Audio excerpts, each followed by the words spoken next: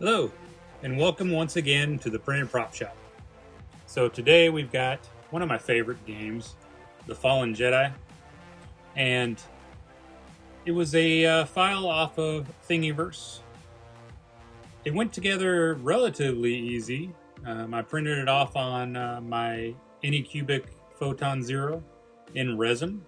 It is solid resin. The only tricky part, and I addressed this in the video you're about to see, is right through here. The print just didn't print out very well and had a little bit of a gap. It just didn't seat very well. So as you'll see, what I did was I decided to just add it as damage. It was already damaged, as you can see on the end. So why not just emphasize it a little bit more?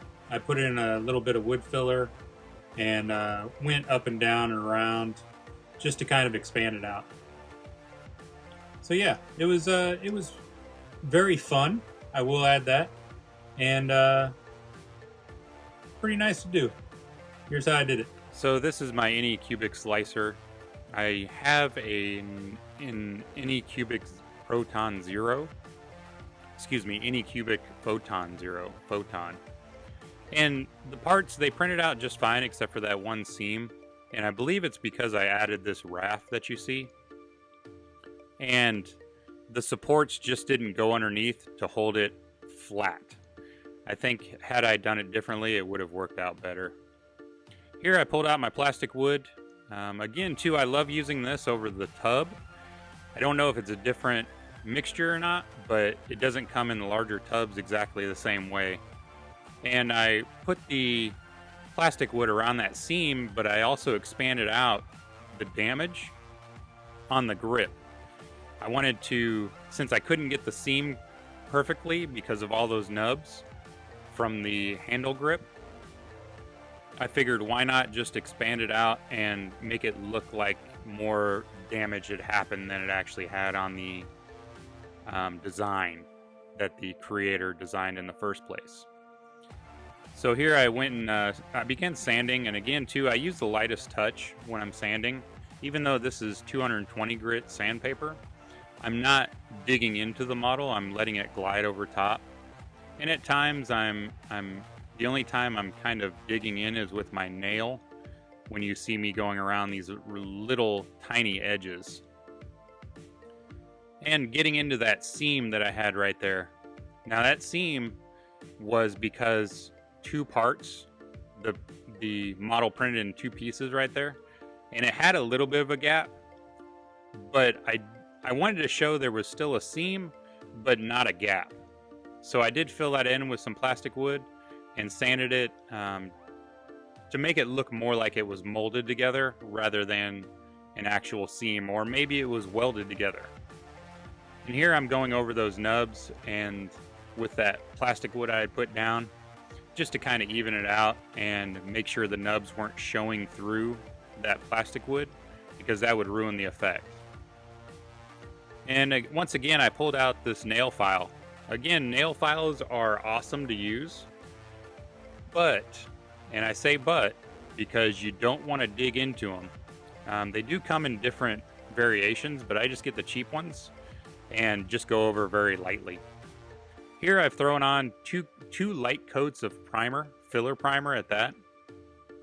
And I'm emphasizing showing the damage, how it actually came out a little bit with that filler primer.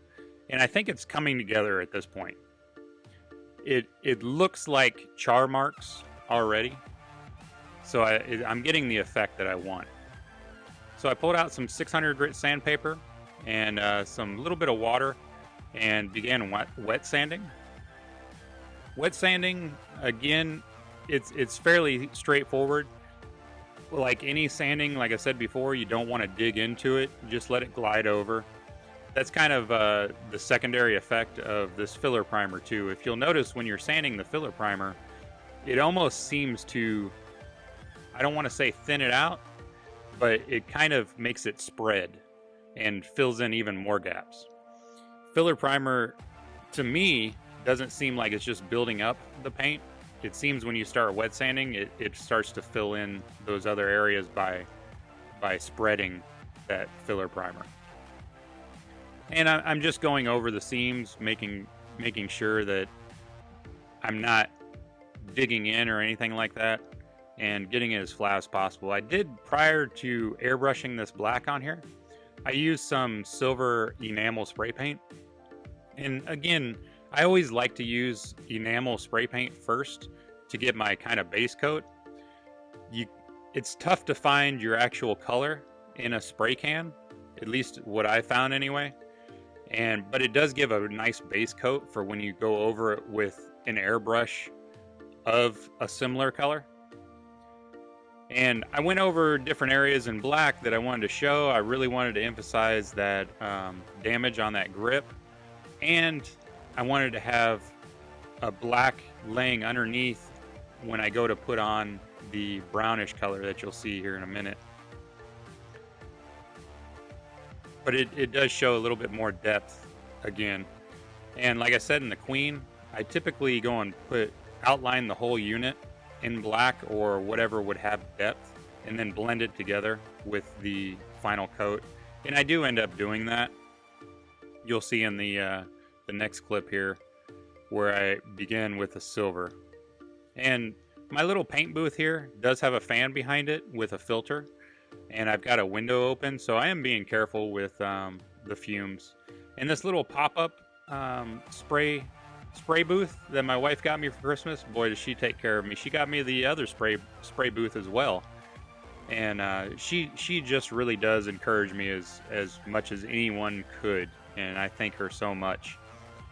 Here I'm putting on the silver and just blending it together with the black. And again, too, this pop-up spray booth does have a fan down at the bottom. I just put a little fan behind it, and I've got a window open that's taking these fumes away from me. So I am being as safe as possible. And I'm going over it, blending as best I can with the silver into that black, but not going into the black. This airbrush that I have isn't spectacular. It was fairly cheap. I want to say it was less than $70, but it gets the job done. And here I'm going over with a Tamiya, and I'm not sure if I'm pronouncing that right or not, but it's a Tamiya leather color, and I'm doing the whole grip in that, making sure to kind of go around those damage areas, but emphasize a little bit more on them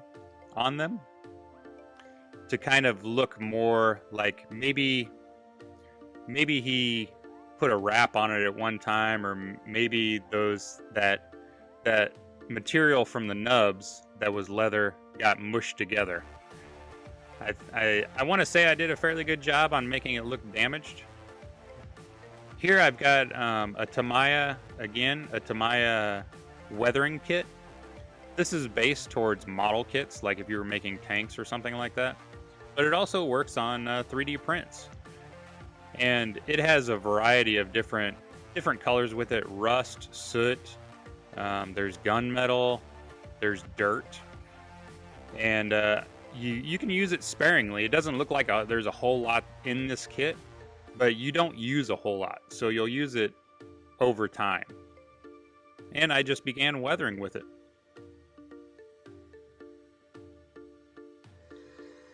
And that's how I did it. The Fallen Jedi. I love this design. The creator put in tons of time, and as far as filming this, it was still available on Thingiverse, so I'll link it below. Go and build your own. I did have a little bit of an issue here meeting up the parts, but I don't think it's a design issue. I think it was my actual build plate. But I rolled with the punches, incorporated some other damage into it, and I think it turned out just great. I think it's there for a purpose. It was probably calling to me and said, you need to do something else. So that worked out for me. I finished it in a matte finish. It's not quite as shiny as the Queen previously, but that's how I normally like to do these. It just adds a little bit more realistic. Again, I'm not going to be battling with them. It would be more of a hero, what they call a hero that you would do maybe close-ups on or hold in a shot that is more static and kind of focusing on it. A lot of times they'll use rubber for heroes. Lightweight is something that they're carrying with them so that they're not exerting themselves carrying something large. And I do promise you, this is not going to be the all lightsaber channel. I do have something else coming up next week. It is a Star Wars prop, but it's not a lightsaber.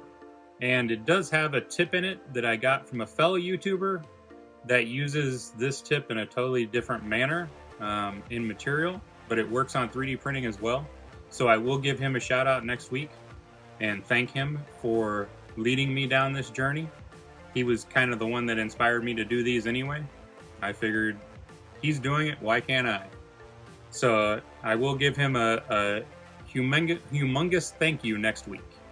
And as always, you have the power to make a great film in your pocket. It's called a smartphone. So go build something, go film something, go do something, create something. Thanks for watching. Have a great day.